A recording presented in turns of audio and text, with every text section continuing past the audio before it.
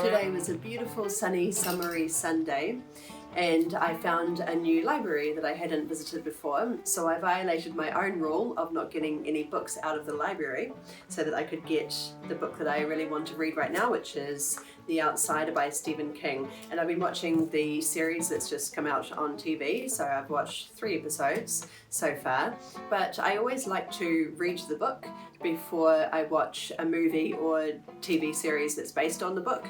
So I thought I'd stop watching and pick up the book and give it a read.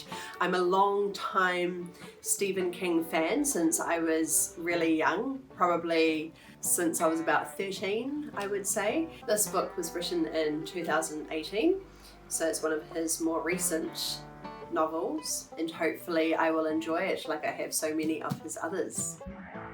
I'm loving this book so far.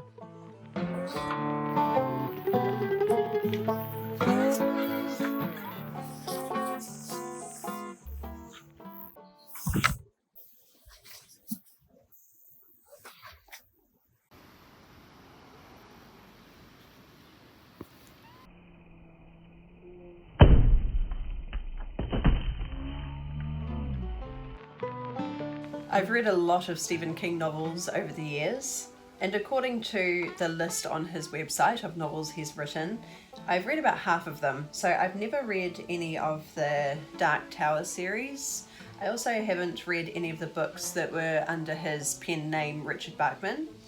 There are a few that I haven't heard of, not that many. I've heard of most of these, and I honestly can't say that I've ever disliked a book of his that I've read. The majority of the books that I've read have actually been made into movies, and all of those movies were very, very popular. There may be a few that weren't so great. Cujo, about the rabid Saint Bernard dog, it's quite slow by today's standards.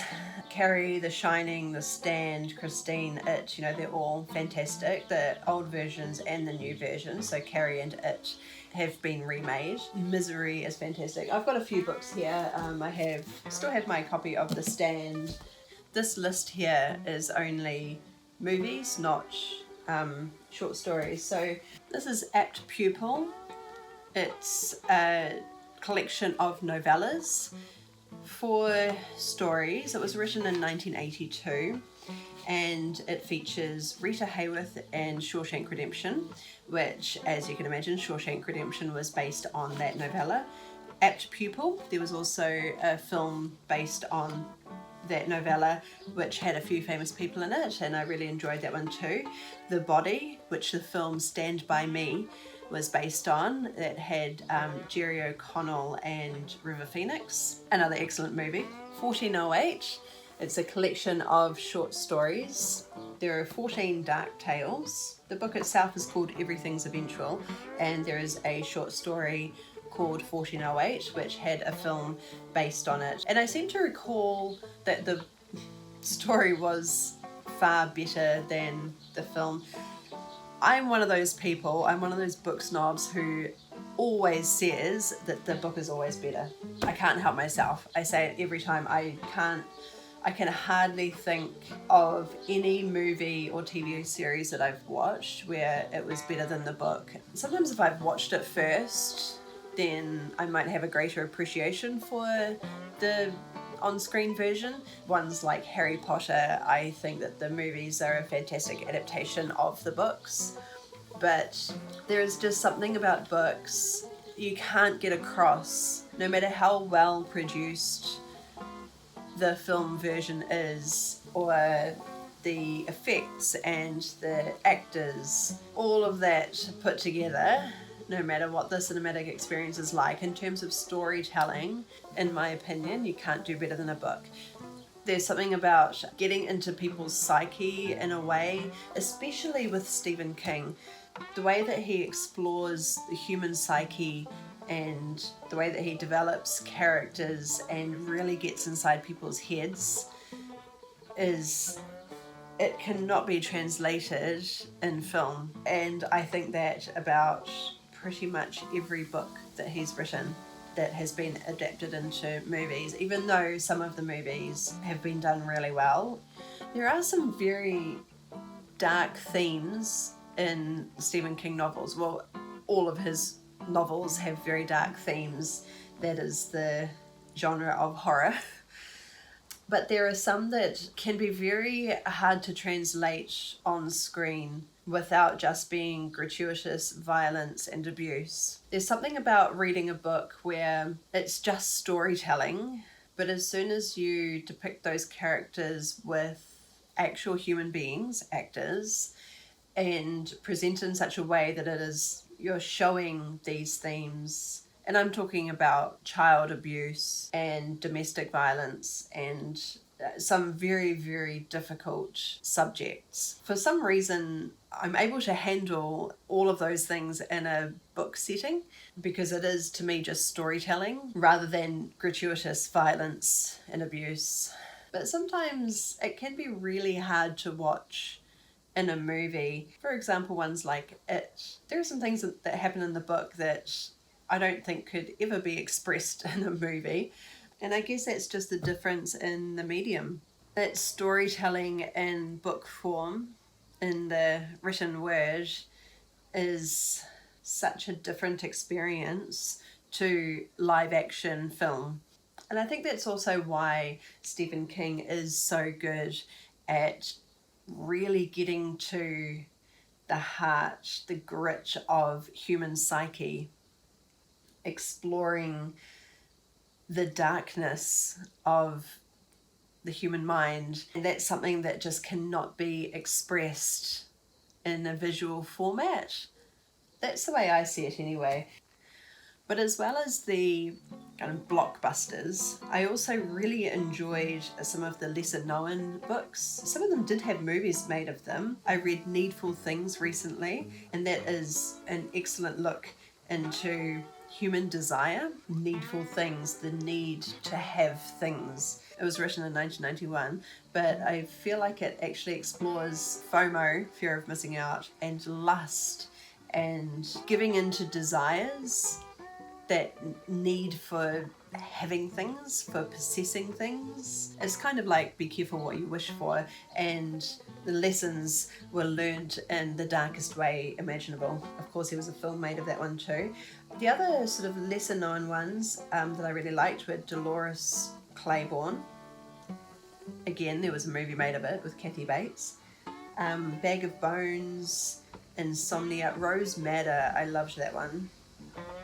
Lisey's Story, or Lisey's Story, 11/22/63. That's very cool because I love time travel anyway. That's a theme that I've always really enjoyed, and it's a guy that finds this portal that takes him back to 1963, and he tries to prevent the assassination of President Kennedy, but he has to sort of keep going back, and he keeps failing, and he has to keep going back and trying again. And there was a TV series, just a limited TV series made of that, which was alright. Book was better, just saying. Book was better. And one of the more recent ones I read was Mr. Mercedes, also end of watch. But Mr. Mercedes had a TV series made based on it, but I actually couldn't watch it. I watched the first episode, I think, and it starts out with a person driving into a crowd of people. And when I read the book, I really enjoyed it. It had some excellent characters in it, some that feature again in The Outsider. But when I saw that play out on TV, I just couldn't, I was too sensitive to it. It's a really strange thing. I just thought, I don't need this in my life right now. I need to watch something more uplifting and more positive. But I keep coming back to these horror novels and I just love them. I'm about halfway through the book, The Outsider, now. And I'm glad that I stopped watching the TV series so that I could read the book, because I'm really loving the book. It's a lot more of a police investigation than I thought, and I'm about halfway through and it's still really just about this investigation, and we've got all these key players and a crime that is seemingly impossible. So it's really just a big mystery at this stage. I'm really liking that format, and based on what I've seen of the TV series, I have an idea of what's to come, but I'm glad that I don't know the whole story, because there have already been some surprises that I might have appreciated more if I didn't know they were coming when they came about in the book. So I'm just going to continue to be that book snob that always says the book is better.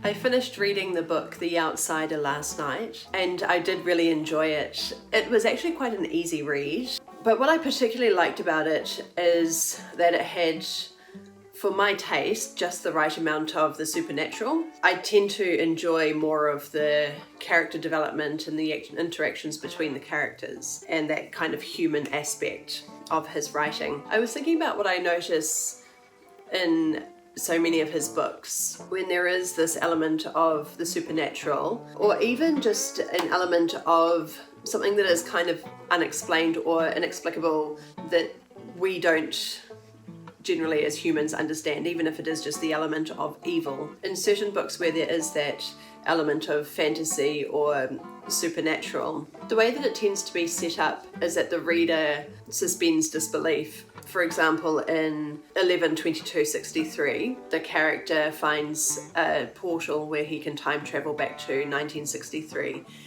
And once that premise is established, you just go with it and continue on with the story. You don't tend to spend a lot of time wondering how that came about or how that's even possible. And that's something that I particularly like about his books. And I feel like that in itself was actually addressed in this book, because there is this element that can't be explained within the realm of our knowledge, but there is no other answer for it. It's the only explanation, and it seems to be the very clear explanation. The characters have this struggle where they have to try to accept that this is the truth. And what I also find interesting is the way that Stephen King, I'm certain that he's done this before, where he'll introduce some folklore, like an urban legend, that gives a kind of basis for this thing that we don't understand. It creates a story around it and gives it plausibility.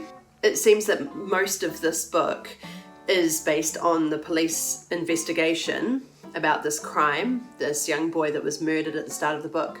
And the accused has a very strong alibi, and the characters are trying to figure out how he could be in two places at once to have committed this crime, but also have a very strong alibi. It wasn't until much later in the book that the truth became known. And there was one quote that I really liked, and I'll beep out any potential spoilers. He felt feverish and a little sick to his stomach. How could a normal man in the 21st century accept a... If you believed in Holly Gibney's Outsider, then everything was on the table. No end to the universe. So I really like that. It's kind of what we're all thinking as a reader. How can this thing exist? And sometimes it is just a matter of accepting what you can't believe. There was also another line right at the end that says, people are blind to explanations that lie outside their perception of reality. And I think that that's what Stephen King novels really are all about. It's about exploring the idea of the unexplained, that there are things outside of our perception of reality that we don't know the answer to. People have experiences that they can't explain, and that's okay. I mean, we don't always need to have an answer for everything. We can just be open to possibilities and realize that we are just humans and we have limited knowledge. Something that I also noticed throughout the majority of his books is that the characters, or the main characters, at least the ones that we are seeing inside their head, they are often struggling with something that they can't explain. So they're having some kind of experience that's causing them grief or pain or suffering in some way, and they don't know how to explain it to others. And often in those books there are other characters who sometimes are having similar experiences, and it's hard to articulate or find the language around expressing what they are feeling. So they go through the story having this internal struggle that they're trying to deal with. I like that so many of Stephen King's characters, the protagonists, are not superheroes. They might be courageous or noble in certain ways, but they are faulty and complicated and just so human. And I think that's what keeps me reading his novels, is that they are so relatable, and we're not aspiring to be like those characters necessarily. They are exposing their weaknesses and their struggles and working to overcome them. So overall, I really enjoyed the book. It wasn't quite what I was expecting, particularly in terms of the pacing. I felt like when I got about halfway through, I thought, it's not what I was expecting, especially in terms of the pacing. When I got about halfway through, or 2/3 of the way through, I thought, how can this story be wrapping up so soon, especially when there were about 100 pages to go. And I thought, is this book really going to be ending soon? Compared to some of his other epic novels, I felt like it was really just the beginning. There was also a bit of a callback to some of his recent novels, such as Mr. Mercedes and Finders Keepers, which I haven't read yet. I have it, but I haven't read it. And End of Watch, which I have listened to the audiobook of. The supernatural element that's in The Outsider is very similar to, possibly the same thing. I would need to go back to it, but very similar to those books. So I was really glad that I had already read Mr. Mercedes in particular, because I was able to visualize it straight away. As for the TV show, The Outsider, I'm going to start watching it again and pick up where I left off. The whole show hasn't come out yet. It's about halfway through. There are 10 episodes, and I think there might be 5 or so out by now. But the characters, I think, are really well cast, the actors for the characters. There are some differences, of course, but I think the choice of actors is excellent. I had watched 3 episodes, and it feels like 3/4 of the book was actually depicted in the first 2 episodes.